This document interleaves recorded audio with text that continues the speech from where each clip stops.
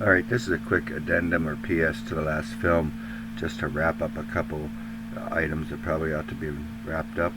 This is where we were at the end of that kind of design last film, DRM5, where we had this section of decking out here with the railings here. Plan K is what I ended up calling that. And the alternative was to bring those railings all the way in as tight as you could to this, where there's just the railings on the outside of those columns.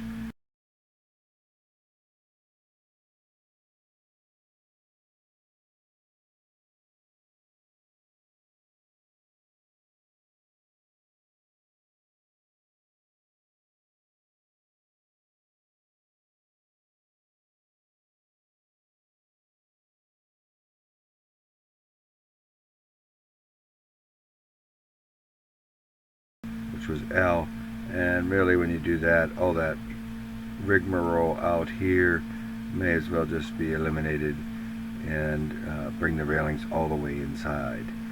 And you can see, even doing, I mean, this is where you end up with, if you leave this covered patio that same depth and the addition that depth.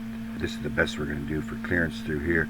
This can be probably rearranged any number of ways to provide access through here where these stairs aren't, getting that close to the edge of your property. Now, because we haven't spoke obviously since that film, I'm not sure what you're going to do with your stairs, even the shed, etc. But this was not a terrible alternative, I didn't think, providing this kind of hangout space out here. But that was K, and then bringing it back there, I just didn't see what that was doing really for it. So I just brought it all the way inside, if that was the direction in which we were going to go. I mean, the only thing that really does provide some consistency along this facade here, and so if we do this, I would be probably inclined to think that maybe this, without knowing where you want to put your stairs, and maybe this deck comes out another 3 or 4 feet, and there's stairs coming off this edge down here, and or that edge, or somewhere or another, just to get this piece separated from this piece here. And then we could just have the foundation showing, whether that's concrete or parged block. And so from the outside we had L with that section of deck and pulling it, but the only thing that really does for it is provide this consistency across here.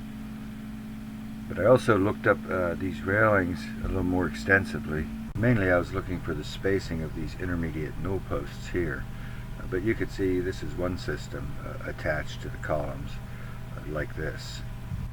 I did read further down here that if you space these cables closer, you can move those newel posts further apart, but I'm not sure exactly what the upper limit is on that spacing. Plus, we have not really discussed whether these railings are the choice for this project. And I don't know where I saw the 7-foot spacing, but I did find some with 5-foot spacing.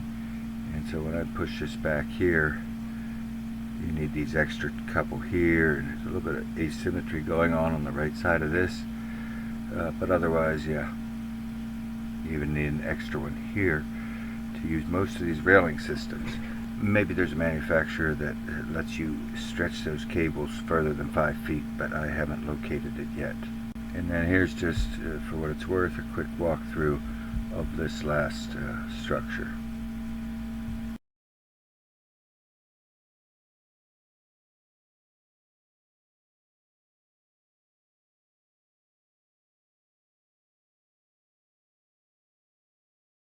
I did want to mention that this space up under this second floor deck could be made dry space pretty easily, and especially with the downspout right there.